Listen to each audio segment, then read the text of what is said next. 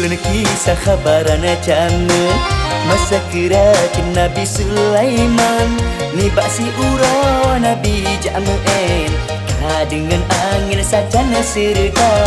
Baksa retro ni baksa boh tempat bermusyawarah genek boh raja.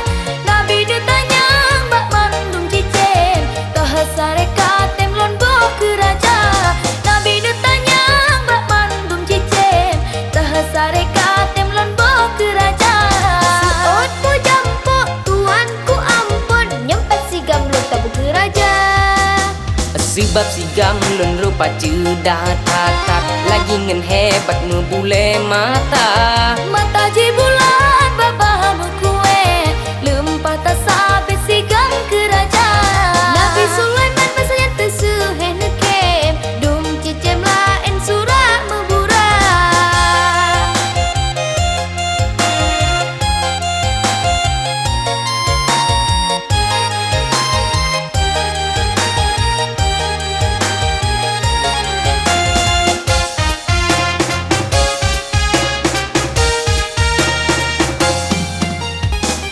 Magi seot burung ke totok mu anjit jampo balun ke raja. Sebab balun nyole tapi ya salun peh janang perang oh malam jula.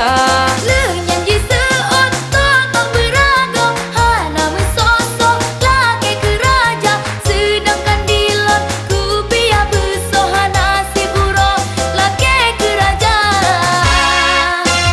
Dicicim pala jigrop-grop lambung dicicim burung surat meburah. Berujuk balik surat di samping cicim pereleng di sama-sama. Lempah tak malai di apa jampo duduk mesepok meblek-blek mata.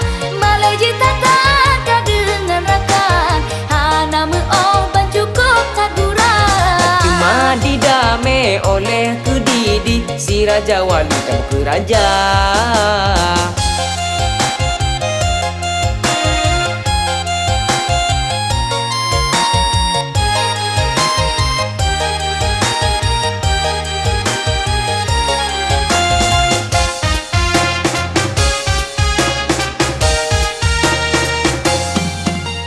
Kleng putih ule jede ke polisi si mirapati jede ke wedana cicim pala subang jede geci gampung cicim mirah rum guru sikula.